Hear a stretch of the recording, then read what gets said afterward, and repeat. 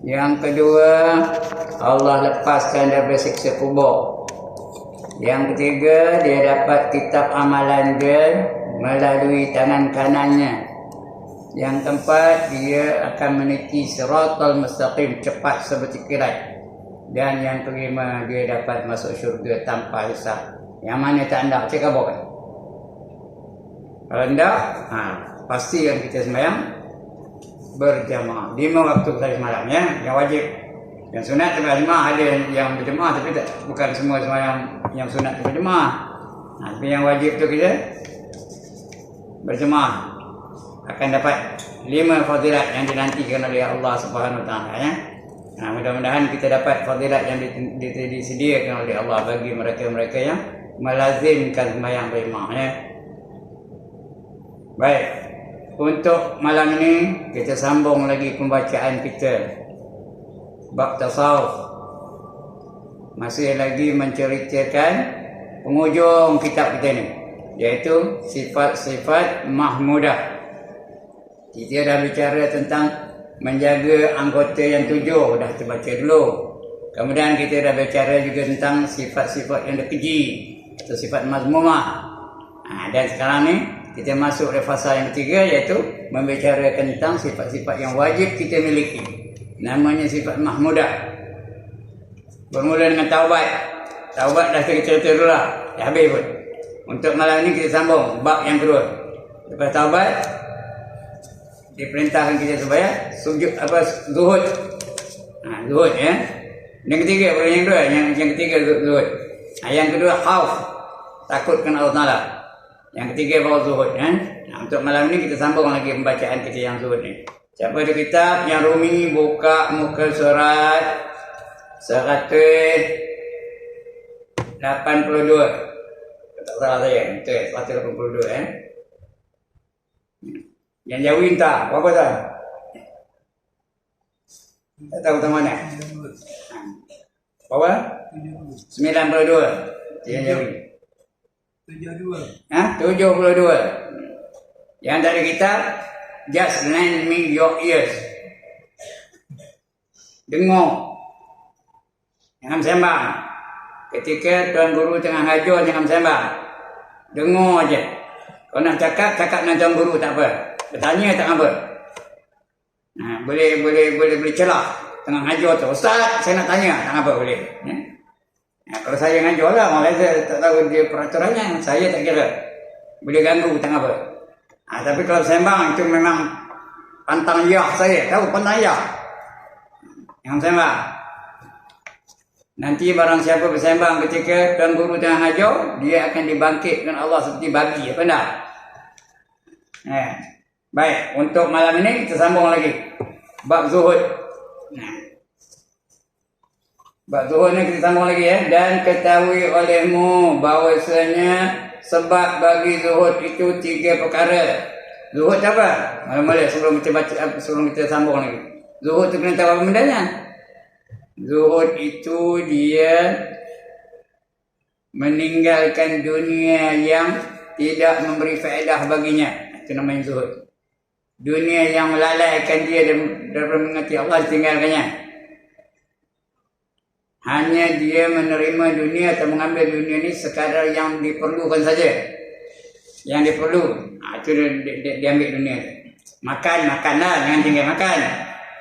Pakai pakaian yang menutup aurat, jangan yang tinggalkan. Kenderaan boleh pakai, tak apa. Tapi jangan bermewah-mewahan. Jangan sampai membazir. Itu namanya zuhud ya. Zuhud itu dia jaga pakaiannya, jaga makanannya, jaga peralatannya, jaga apa saja. Nikmat dunia ni dia ambil sekadar yang diperlukan saja. Karena dunia ni tak ada nilai di sisi Allah Subhanahu Wa Taala. Semua nabi-nabi itu. Nabi Sulaiman kaya-kaya, tapi dia makan roti kering aja ya. Padahal kaya raya tu apa nak makan boleh zaman itu ya. Semua dunia ni dimiliki olehnya, tapi dia zuhud juga. Baik. Untuk malam ni kita sambung. Dan ketahui olehmu bahawasanya sebab bagi zuhud itu 3 perkara. Kenapa nak zuhud? 3 sebab. Yang pertama, takut akan api neraka. Dan yaitu zuhud sekalian yang takut. Orang yang takut kerana Allah tu dia zuhud. Dia ambil dunia hanya sekadar perlu saja. Tak berlebih-lebihan. Tak ada sampai membazir. Kerana membazir itu gengnya syaitan. Allah kata, innal mubazzirina kanu ihwana syayatin. Sesungguhnya orang-orang yang membazir itu, member-membernya, geng-gengnya, kawan-kawannya ialah syaitan-syaitan. Jadi jangan bazir. Dia takut kena neraka. Kerana benda itu haram. Bila haram, tak diampunkan Allah Ta'ala. Berdosa, dia masuk neraka. Dia tak nak neraka ni. Tak ada siapa lalu nuhur neraka. Kerana neraka ni, selemah-lemah apinya, dengar elok. Selemah-lemah api neraka adalah 70 kali ganda. Lebih kuat daripada sekuat-kuat api dunia. Api dunia ni apa yang paling kuat? Saya tak tahu, elektrik mungkin atau laser. Tapi selemah-lemah api neraka itu 70 kali ganda lebih kuat daripada laser, lebih kuat daripada elektrik. Jadi tak ada siapa lalu nuhur neraka. Allah hidupkan neraka itu selama 3,000 tahun. 1,000 tahun warnanya merah. Kemudian dikuatkan lagi api hidup 1,000 tahun lagi lepas itu. Warna putih pula. 1,000 tahun. Cukup 1,000 tahun dikuatkan lagi api hidup. Jadi warna hitam. Sekarang ni neraka yang ada sekarang ni warnanya hitam. Cahayanya tak ada, bahangnya ada. Siapa lalu nuhur yang ke tengah? Jadi tak ada siapa lalu nanggung neraka ni. Itu yang selalu kita doa, waqina azabannar. Jauhilah kami daripada azab api neraka. Tak ada siapa lalu nanggung api neraka.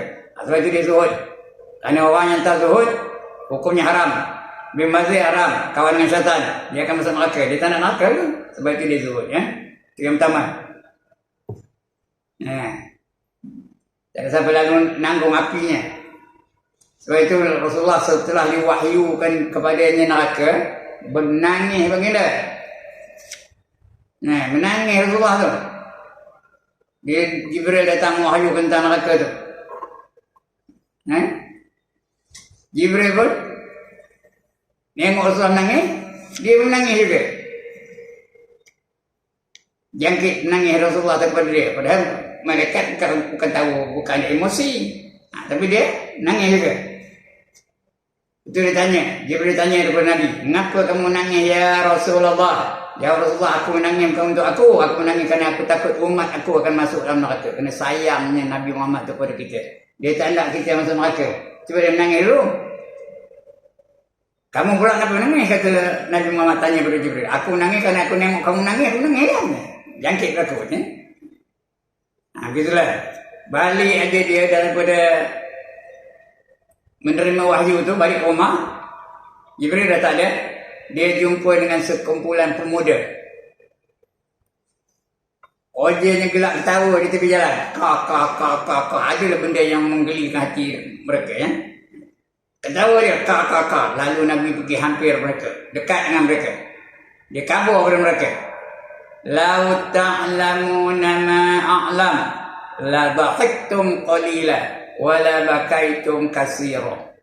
Sekiranya kamu tahu apa yang aku tahu tentang neraka ni, setelah aku diberi wahyu, nescaya kamu akan sedikit ketawa dan banyak menangis. Orang yang ingat ke neraka itu patut banyak menangis. Kerana tak ada siapa lalu nahannya, tak ada siapa lalu nahannya, tak ada siapa lalu nanggungnya. Nangis aja. Kita hari ni ketawa aja banyak. Nangis tak pernah. Saya lah, bukan tuan-tuan dan puan-puan. Asyik ketawa je. Nengok Maharaja Lawak ketawa. Nengok Musang Janggut ketawa. Nengok Pendekar Bujang Lapuk ketawa. Nengok Mr. Bean ketawa. Nengok Three Stooges ketawa. Nangis tak pernah. Ketawa je. Terbalik.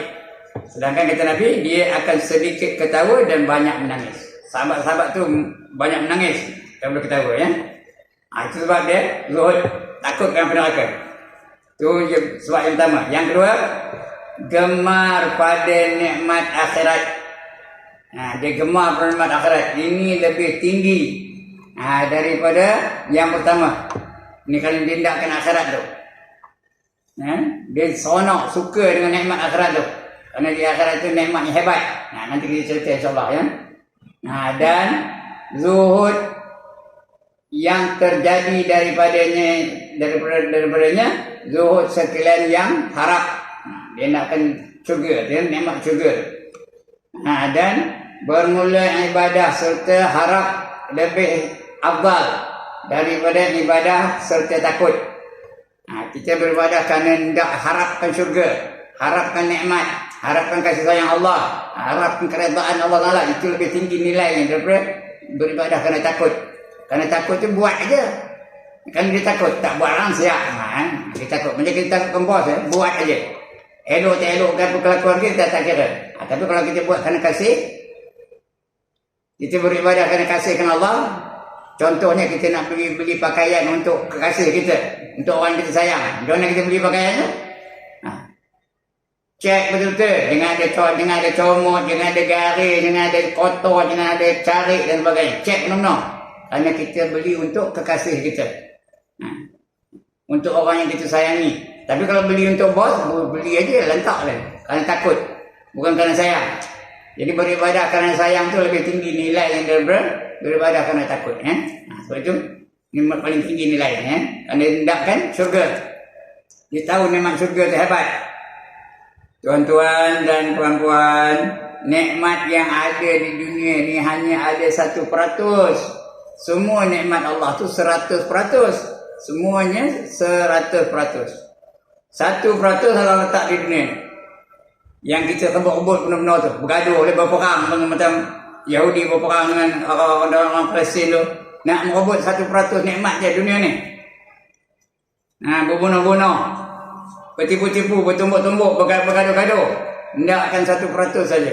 Sedangkan Allah sediakan nikmat di syurga lagi 99%. Orang yang cerdik, dia hendak yang 99%, dia hendak 1%. Orang yang bijak, dia akan mencari yang 99% lagi tu di syurga. Semua ada. Dia hendak yang tu. Bila hendak yang tu, dikorbankannya nikmat-nikmat dunia. Yang 1% ni pun tuan-tuan dan perempuan, tak terhingga banyaknya, tak lalu kita hilang. Tu hanya ada 1%. Mana tahu Allah kamu? Apa kata Allah? Wa in ta'uddu ni'matallah la tuhsuha. Sekiranya kamu nak hitung nikmat Allah, nescaya tiada terhitung oleh kamu. Tak boleh nak bilang. Itu 1% kan jadi dalam dunia. 1% je. Tak boleh bilang. Dalam masjid aja tak boleh kita bilang apa nikmat Allah. Tengok kapet ada, cahaya ada, kipas angin ada, aircon ada, macam-macam boleh bilang. Lampu ada, lagi apa? Jam ada dan sebagainya. Tempat duduk ada, boleh nyandur apa tu, dan tak boleh nak bilang, banyak benar. Itu baru 1%. Betapa yang ada 99% di syurga besok. Lagi ke? Hebat Ada syurga nama Jannatul Na'im. Syurga yang penuh dengan nikmat-nikmat. Ada syurga nama Jannatul Khuld. Syurga yang kekal segala-galanya. Kebahagiaannya kekal, tenaganya kekal, mudanya kekal, seronoknya kekal, kegembiraannya kekal, kehebatannya kekal. Itu Jannatul Khuld. Itu yang 99% tu. Jadi orang yang cerdik, dia memilih nikmat syurga berbanding dengan nikmat dunia ni. Di mana dunia ni hanya berapa peratus? Hanya 1% saja. Di syurga ada lagi 99%. Tahu tak tuan-tuan dan perempuan, selera ahli syurga berbanding dengan selera ahli dunia ni. 70 kali ganda lebih kuat daripada selera ahli dunia. Tahu? 70 kali ganda. Kalau Tok Imam ni boleh makan 3 pinggan di dunia ni, handai kalau boleh makan 3 pinggan, boleh makan 3 pinggan. Kalau boleh tu handai benar lah. Esok di syurga berapa pinggan? Berapa pinggan? 70 kali ganda berapa? 3 kali 70 berapa? 210 pinggan. 210 pinggan. Bayang Itu di syurga. Di dunia ni 3 pinggan, kalau boleh 3 pinggan, tapi tak berlalu. Saya tak ada setengah pinggan, tak lalu. Tambah lagi tua ni, lagi korang seladarnya. Ini esok 70 kali ganda. 210 pinggan. Ngak lagi makan lagi sedap, lagi makan lagi sedap, lagi makan lagi sedap, lagi makan lagi sedap, lagi makan lagi sedap. Sampai tak nak angkat tangan. Lagi makan lagi sedap. Hebatnya, macam mana kenyang pun, macam mana banyak makannya pun, dia tak ada termengah-mengah. Tak ada nafas kan? Tak ada. Elok, selesa dia jadi kan? Itu dia suka. Lepas tu, udah kenyang, buangannya tu, tak ada pula keluar pergi belakang tu. Tak ada buang air kecil, air besar, tak ada. Makan banyak, dia keluar sebagai peluh. Lebih makan itu dah keluar dari badan tu sebagai peluh. Peluh tu pula lebih wangi daripada bau kasturi. Tahu apa kasturi? Kasturi itu air wangi dia, syurga. Dia panggil miskun ya. Lebih wangi daripada bau kasturi. Itu peluhnya lah. Dalam dunia ni, kalau orang berlepas peluh, kata tu dalam bersih ni, bau jogging, bau peluh. Siapa nak peluh? Saya kata. Siapa tak siap? Tak jadi peluh, dia jadi apa? Dia jadi angin. Tak peluh-peluh, dia keluar angin tau. Makan, keluar angin. Bila keluar angin tu, bakal-bakal roncongnya. Kerana baunya amat wangi. Lebih wangi daripada bau kasturi juga. Ini ada dalam kitab ni. Bukan saya longgok ni lah, ada dalam kitab. Baca secara sedikit cuba. Jauharul Mahub cuba. Itu dia. Hebatnya nikmat syurga berbanding dengan nikmat dunia ni. Nikmat dunia ni yang kita kebut-kebut benar-benar ria-ria benar sampai bergaduh-gaduh tu, sampai bertumbuk sampai tak tegur, so kata itu 1% saja nak dibanding dengan nikmat syurga. Jadi sebab itu dia zuhud. Bila zuhud, Allah bagi pahala. Bila pahala banyak, layaklah dia masuk dalam syurga. Ya ke tak? Apa kata Allah? فَأَمَّا مَنْ ثَقُلَتْ مَوَازِينُهُ فَهُوَ فِي عِيشَةٍ رَاضِيَةٍ. Barang siapa berat timbangan kebajikannya, pahalanya berat, maka dia sentiasa berada dalam keredaan Allah Ta'ala. Sebab itu dia zuhud. Kerana dia tahu bila zuhud dapat pahala. Dia dapat pahala, so dia timbang berat pahalanya. Dan dapat syurga. Dia memikirkan nikmat syurga lebih utama daripada nikmat dunia ni. Itu yang kedua. Yang pertama tadi takut kena neraka. Dahsyat tak ada sampai lalu nuhan neraka. Yang kedua nakkan syurga. Ini lebih tinggi martabatnya. Yang ketiga iaitu yang lebih tinggi, bahawa adalah sebab bagi zuhud itu membesarkan diri daripada berpaling. Membebaskan diri bukan membesarkan. Betul. Membesarkan diri daripada berpaling kepada yang lain daripada Allah Ta'ala. Artinya membebaskan diri. Dia tak ada berpaling kepada Allah Ta'ala. Ngapa dia buat? Semua kerana Allah. Mayang apa? Kerana Allah. Puasa ngapa? Kerana Allah. Pakai menutup aurat ngapa? Kerana Allah. Apa saja tiba kerana membebaskan diri itu kerana Allah Ta'ala, atau membesarkan Allah Ta'ala. Untuk membesarkan Allah Ta'ala. Itu aja. Apa saja dia buat semua kerana Allah. Memang itu disuruh itu pun. Wa ma umiru illa liya'budullah mukhlishina lahuddin. Ada tak ayat begitu? Wa ma umiru, kamu tidak diperintahkan untuk beribadat kepada Allah, melainkan mukhlisin, dengan ikhlas semata-mata kerana Allah, lahuddin, kerana agama. Surah Al-Bayyinah Surah Lam Yakunin Wa ma umiru illa liya'budullaha mukhlishina lahuddin, dan kamu tidak diperintahkan beribadat kepada Allah melainkan dengan ikhlas semata-mata kerana Allah dan kerana agama. Itu lebih tinggi nilainya. Buat apa-apa pun bukan kerana nak ke syurga. Buat apa-apa pun bukan kerana takut ke neraka. Dia buat itu kerana nak membesarkan Allah Ta'ala. Itu lagi hebat. Lagi ikhlas semata-mata kerana Allah. Dia bukan kerana neraka, bukan kerana syurga. Itu lebih tinggi nilai, paling tinggi. Semata-mata kerana Allah Ta'ala. Iaitu lebih tinggi bahawa adalah sebab bagi zuhud itu membesarkan diri daripada berpaling kepada yang lain daripada Allah Ta'ala. Allah Ta'ala itu Allah yang maha tinggi, ya. Ta'ala itu tinggi. Kerana membersihkan hati daripadanya dan menghinakan akan barang yang lain daripada Allah Ta'ala. Lain itu semua hina. Yang mulia hanya Allah Ta'ala saja. Yang gagah Allah Ta'ala saja. Yang sempurna Allah Ta'ala saja. Yang lain semua tak ada apa sempurna. Allah itu tempat pergantungan kita. Allahus Samad. Kita perlukan Allah dalam segala hal. Dan itu zuhud sekalian arifin. Arifin itu apa? Bukan nama orang arifin tu. Orang yang betul-betul kenalkan Allah Ta'ala. Kita panggil arifin. Tapi orang Melayu seorang dia panggil arifin. Ada tak orang nama arifin? Seorang aja. Padahal arifin tu ramai. Kalau seorang arif. Kalau ramai baru arifin. Orang makrifat tu orang arifin tu kalau ramai. Dia kenal semua dengan Allah Ta'ala. Dia tahu Allah maha melihat, Allah maha mendengar, Allah maha mengetahui, Allah maha berkuasa, Allah maha menentukan segala-galanya. Itu semua orang makrifat. Orang yang kenal betul-betul dengan Allah Ta'ala. Orang yang kenal tu panggil arifin. Ramai. Kalau seorang arif.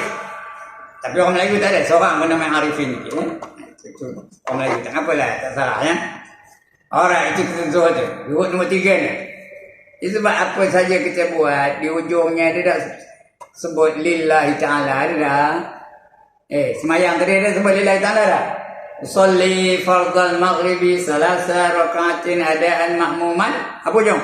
Lillahi ta'ala. Isyak keramah begitu juga. Salli fardal isya'i arba rakaatin makmuman lillahi ta'ala. Puasa pun gitu juga. Nawaitu sawma ghadin an adai fardhi ramadhan hadhihi sanati lillahi ta'ala. Semua lillahi ta'ala. Haji pun lillahi ta'ala. Umrah pun lillahi ta'ala. Zakat pun lillahi ta'ala. Apa saja. Kerana ibadah itu yang diterima Allah ialah dengan niat. Innamal a'malu bin niat, kata Nabi, ya. Sesungguhnya ibadah yang diterima Allah ialah dengan niat. Kalau niat baik, jadi baik. Itu sunnah lillahi ta'ala. Ini yang paling tinggi nilainya. Zuhud yang jenis ini. Saya ngajar senang, nak mengamal pun senang. Jangan kerana lain. Mesti semata-mata kerana Allah. Kalau lepas ngajar orang jelin je, mana benda hari tak ada datang dekat aku ni. Buat apa nak bendari? Tuan-tuan, nak buat apa bendari datang dekat saya? Nak gambar? Nak ke envelope? Dapat envelope je lah. Jadi malam nak istihar. Kalau tak ada envelope pun, masa saya patut datang, saya datang. InsyaAllah. Kalau tak ada pun, datang. Tak, saya duduk malam ni susah pagi. Tengok bulan depan, datang je lah. Biar semata-mata kerana Allah. Jangan letak harga diri sendiri. Sekarang ni tuan-tuan dan perempuan, ulama-ulama yang handai-handai, selebriti yang handai-handai tu, mereka meletak harga diri. Ada yang tak sampai 40,000, ada yang tak sampai 10,000, ada yang paling kurangnya 5,000. Jangan. Never put a price on yourself. Jangan letak harga diri sendiri. Biar semata-mata kerana Allah. Nak bagi-bagi, tak ada. Kalau bagi, nyongeng. Tak bagi pun, nyongeng juga. Jangan monyok je. Balik macam. Monyok, jangan. Itu bukan kerana Allah. Tuan-tuan dan perempuan, saya mula-mula berdakwah dulu. Mula-mula. Dan zaman itu. Daripada Gopeng, saya ngajar di Gopeng tau. Pergi ngajar malam-malam di Great tau. Naik atas bukit atas tu. Balik-balik bagi dia RM15. RM15. Tapi saya tak ada komplain sampai sekarang. Nak ngabur kan daripada tuan-tuan. Tak ada komplain pun. Dari Gopeng ke Great tu sikit banyak ke? Kena ikut apa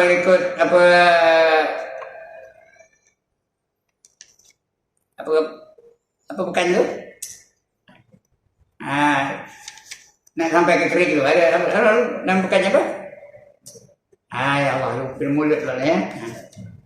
Kena ikut itu. Jalan bukan macam sekarang ni highway tu. Dulu kena ikut Felda Bersia dan sebagainya. Ha. Itu zaman itu. Tapi saya tak ada komplain. Minyak pun memang tak ada, minyak pun murah masa tu ya. Penuh tangki minyak saya ni RM19 aja. Sampai ada ya. Itu zaman itu. Saya dah ngajar ni tahun 80-an lagi tau. Udah putai ngajar ni. Sampai sekarang ni. Jangan letak harga. Ada satu orang yang terkenal lah. Dia ceramah tu tempat tu. Dia bagi dia 200. Dia dari Kuala Lumpur. Banyak itu kira 200 lah. Kalau saya banyak tu. Tapi seminggu lepas tu datang surat dari siapa-siapa daripada PA nya, personal assistant dia. 200 tak cukup katanya. Dia nak 500. Jadi boleh letak harga. Jangan. Tapi yang penganjur pun kena faham lah. Dia datang kalau dari jauh bukan naik sikar. Kalau dari luar negeri datang naik kapal terbang. Kalau dia selebriti lah macam Ustaz Abdul Samad tu datang daripada Indonesia naik kapal terbang, duduk di hotel, kena faham-faham tu lah ya. Alright. Itu dia apa namanya yang ketiga tadi ya, semata-mata kerana Allah. Jangan kerana envelope, jangan kerana lain daripada Allah Taala. Dan bahawasanya zuhud yang lebih sempurna, zuhud pada tiap-tiap yang lain daripada Allah Taala, pada dunia dan pada akhirat, dan kurang daripadanya zuhud pada dunia. Zuhud pada dunia tu ada zuhud juga lah, dapat pahala. Daripada dunia saja, sama ada harta atau kemegahan atau bersedap-sedap atau lainnya. Itu zuhud pada dunia. Tak nak bersedap, tak nak harta, tak nak apa-apa. Itu paling rendah ya. Paling rendah taraf zuhud tu. Dapat pahala zuhud juga lah, tapi tak ada banyak pahalanya. Dan kurang daripada itu zuhud pada harta saja. Itu tak ada pahala. Zuhud pada harta pahala. Dia tak nak harta. Tiada pada kemegahan dan lainnya. Atau zuhud pada setengah perkara dunia, pada yang setengah yang lain. Setengah zuhud, setengah hidup, setengah terima, setengah hidup. Tak ada. Dia mesti zuhud betul-betul 100%. Dan yang akhir ini sedaif-daif, selemah-lemah.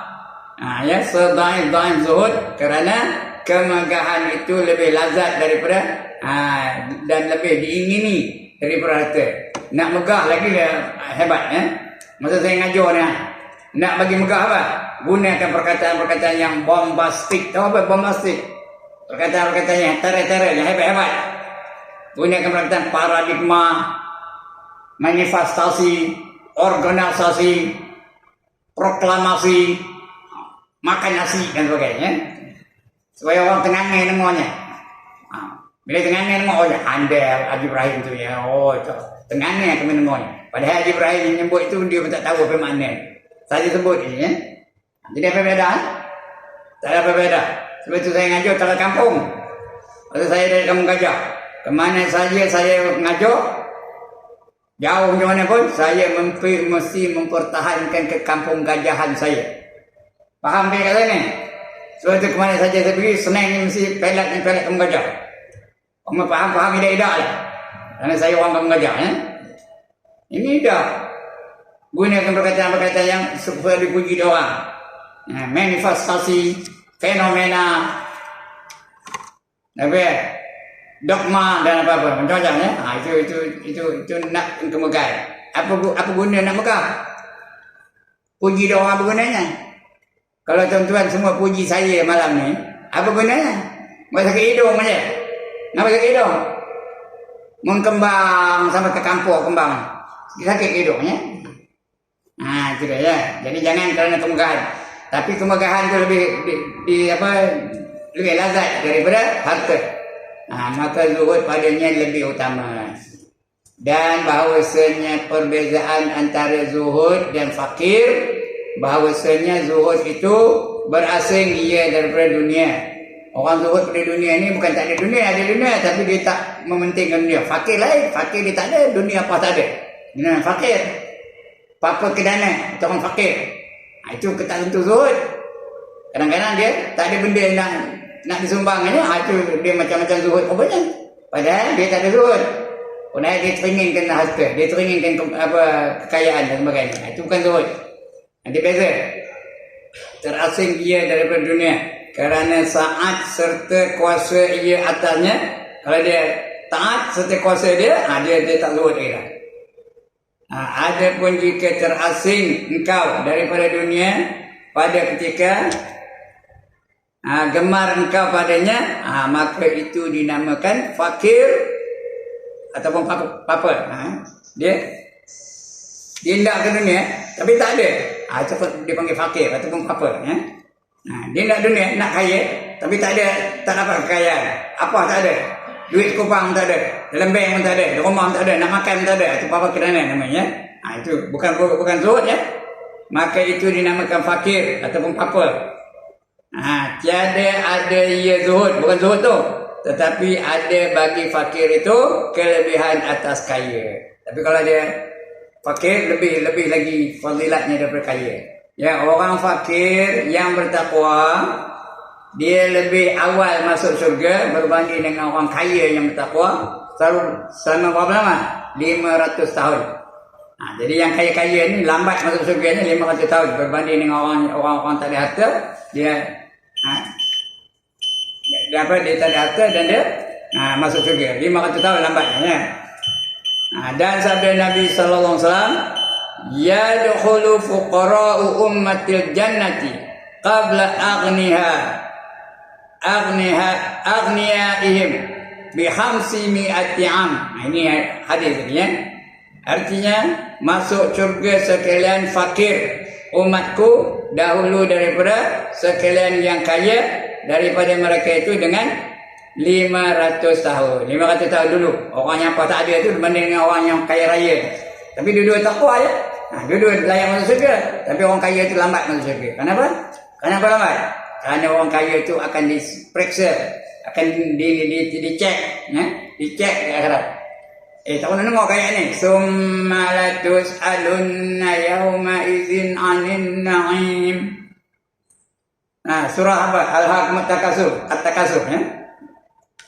Kemudian kamu akan ditanya tentang apa saja nikmat yang kamu terima dalam dunia ni. Everything will be accounted for. Nothing is going to be left out. Itu kalau orang kaya, ya. Sebab lambat 500 tahun, cek. Semua dicek. Tak ada yang tertinggal. Rumah ada berapa? Kita ni semua ni, saya, tuan-tuan, puan, semua akan dicek. Rumah ada berapa? Kereta ada berapa? Mana dapat duit belinya? Apa kamu gunakan kereta tu? Kemana belinya? Kemudian apa? Duit ada berapa dalam bank? Meh ada berapa? Pakaian ada berapa? Jubah ada berapa?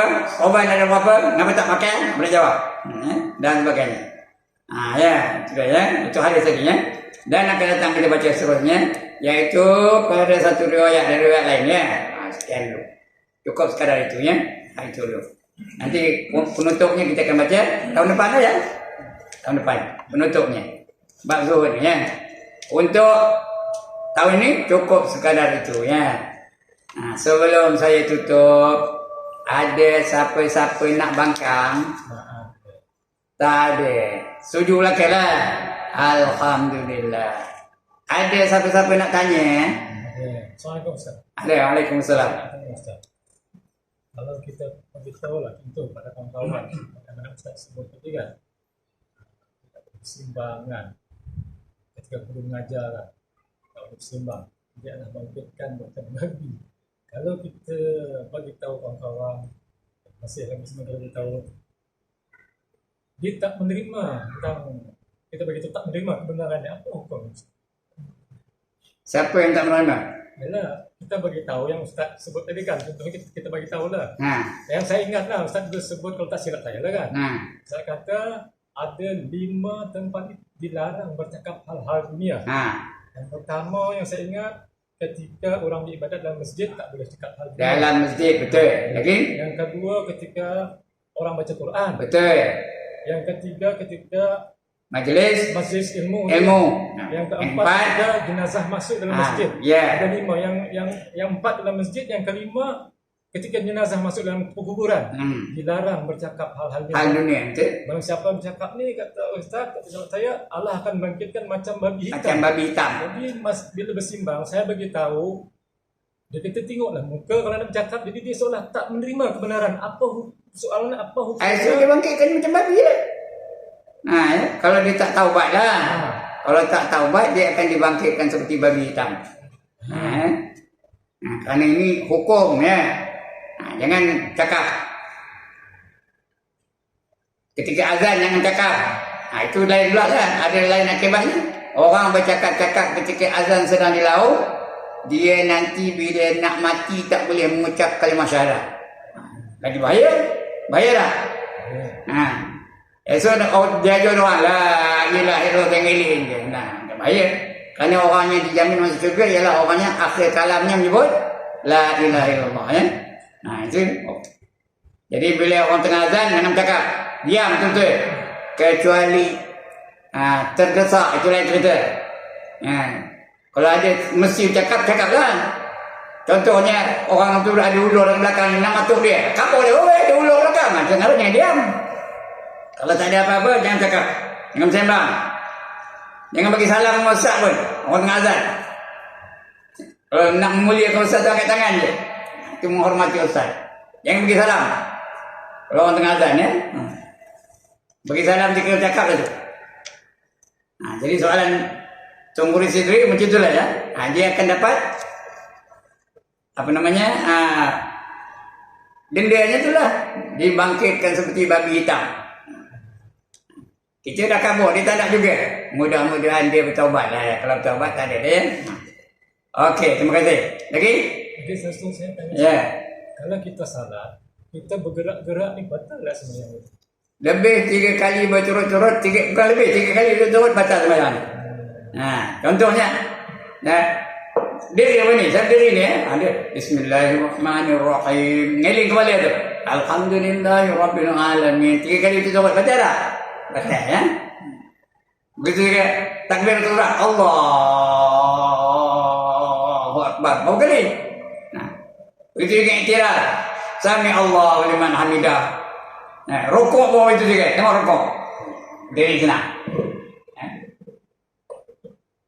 Banyak yang kopi itu tu. Dia ada spring tu. Lam yalid wa lam yulad wa lam yakul lahu kufuwan ahad. Allahu Akbar.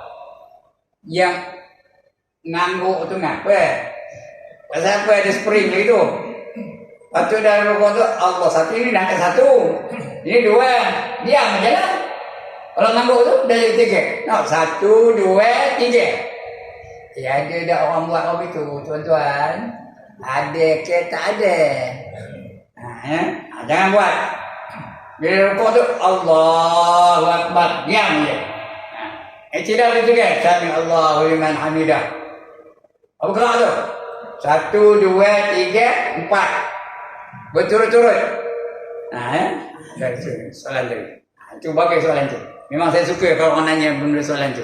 Banyak lagi tau. Lagi? Ya Ustaz. Kalau dia tu memang semula jadi. Dia angkat memang dia tak ada kali dah kan. Dia memang semula jadi daripada kelahiran dia. Jadi macam mana lah? Kalau dia ada penyakit, tak apa. Kalau ada penyakit, semula jadi saya tak tahu macam mana istilah semula jadi. Kalau dia ada penyakit, betul-betul tak apa. Dia ada penyakit kenan, tahu kenan? Macam ada satu orang kampung saya dulu, dah tak ada dah pun dah. Dia penyakit apa tu? Kalau tak semayang pun itu juga. Betul-betul ya. Dia ngelin-ngelin aja. Dia penyakit macam Parkinson tau. Tak boleh diam. Itu tak apa. Penyakit dia memang apa? Memang dia tak ada hukum bagi orang penyakit tu ya. Memang dia dimaafkan. Tapi kalau saja tengah semayang betul tak semayang tak ada itu. Tak ada ya. Kalau semayang Bismillahirrahmanirrahim. Bila tak semayang boleh diam. Ya. Ada yang begitu. Bila semayang berhenti semayang dia diam. Itu batal semayang ya. Okey, lagi? Habis. Habis. 5 kali habis. Okey, sekian dulu. Aqulu qawli hadza wa astaghfirullahal azim li wa lakum wa lisairil muslimin wal muslimat wa ya fawzal mustaghfirin wa ya